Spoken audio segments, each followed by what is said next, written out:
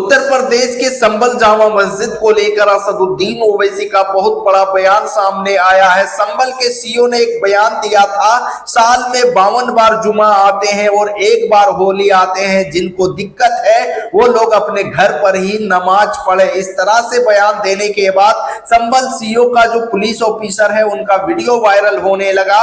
उसके बाद असदुद्दीन ओवैसी साहब का बहुत बड़ा बयान सामने आया है संभल सीईओ को लेकर और संभल जामा मस्जिद को लेकर। ये बयान में असदुद्दीन ओवैसी साहब क्या कुछ बोले हैं और क्या कुछ वो करने वाले हैं संभल जामा मस्जिद को लेकर, ओवैसी साहब का ये बयान मिस ना करें। ओवैसी साहब का ये वीडियो पूरा जरूर देखें।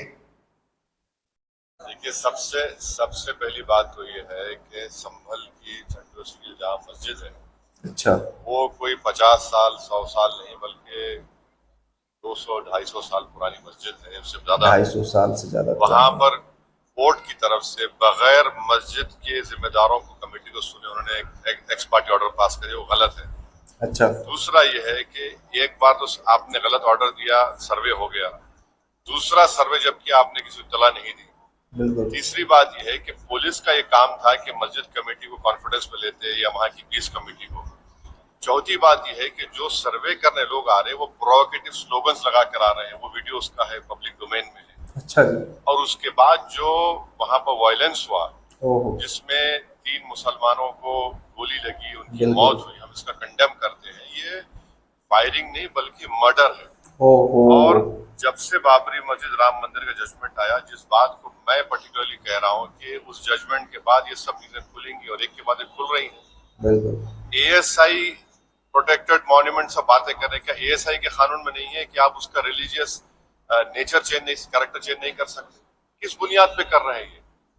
और आप किस बुनियाद पर अपने फेथ को दूसरों पे थोपेंगे? भाई, कानून कोई चीज ही नहीं है। जिस दिन कोर्ट में सुनवाई होती है उसी दिन ऑर्डर हो जाता है, उस दिन सर्वे भी हो जाता है। ये तो 1948 में से ही होता है बाबरी मस्जिद में। अच्छा। तो ये जो फायरिंग हुई है, ये फायरिंग नहीं है, मर्डर है। और जो भी ऑफिसर्स इन्वॉल्व है उनको सस्पेंड करना चाहिए और एक सिटिंग हाई कोर्ट जज की इंक्वायरी होनी चाहिए। सरासर गलत है, जुल्म हो रहा है वहां पर तो संभल में। सांसद ने एफआईआर दर्ज कर दिया। आप जिस पे चाहे कर लीजिए भाई, जिस पे भी चाहे कर लीजिए, जज आप, जूरी आप, सब आप। सही बात। तो बचेगा क्या फिर? बचेगा। और सुनिएगा जैसा भी आपने हमारे डेलीगेशन तरफ से बोला गया है, मैं उसको रिपीट करना नहीं चाहता। और स्पीकर साहब ने बड़ी इत्मीनान से हमारी पूरी जितने मेंबर्स 11 नॉन बीजेपी एमपीज गए थे उनकी बात को सुना, वो बोले कि इसके ऊपर कंसिडर करेंगे।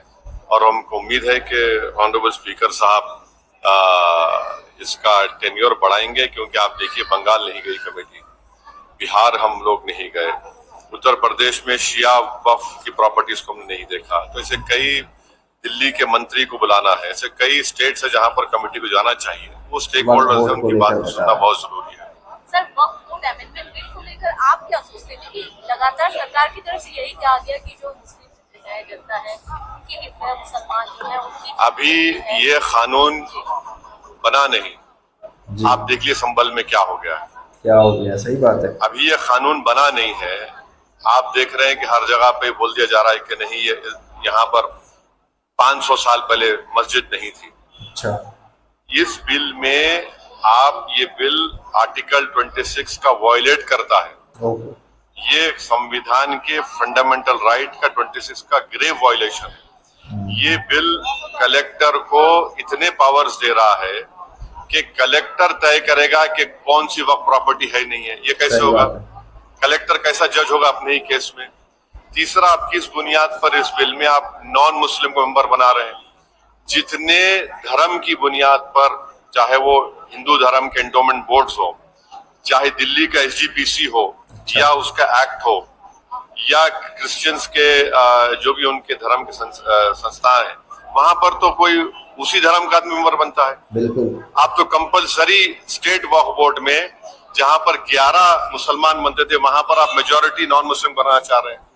सेंट्रल वक्फ काउंसिल में मेजॉरिटी ऑफ नॉन मुस्लिम बनाना चाह रहे हैं। क्यों करना चाह रहे हैं आप? ये क्या मकसद है आपका? क्या मकसद? कलेक्टर को इतना पावर दे रहे हैं, तो ये आर्टिकल 26 का ग्रेव वायलेशन है।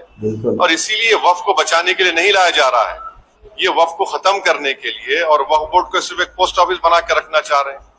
तो जो वक्फ की प्रॉपर्टी है वो गवर्नमेंट की दी भी नहीं है, इसको मुसलमानों की गाड़े खून की कमाई है। तो दोस्तों आप लोगों ने सुना वक्फ बोर्ड से लेकर संभल जामा मस्जिद को लेकर असदुद्दीन ओवैसी साहब का बयान इस तरह से आया, और संभल पुलिस को भी लेकर असदुद्दीन ओवैसी साहब ने अपने बयान में जिस तरह से बयान दिए। असदुद्दीन ओवैसी साहब जो भी बात बोलते हैं बेबाकी के साथ बोलते हैं, हक की बात करते हैं। असदुद्दीन ओवैसी साहब ना डरते हैं ना किसी को डराने की काम करते हैं। तो असदुद्दीन ओवैसी साहब जो बातें बोले हैं संभल जामा मस्जिद को लेकर, वक्फ बोर्ड को लेकर, आप लोगों को कैसा लगा कमेंट सेक्शन में जरूर बताएं, और इस वीडियो को ज्यादा से ज्यादा लोगों तक शेयर करें।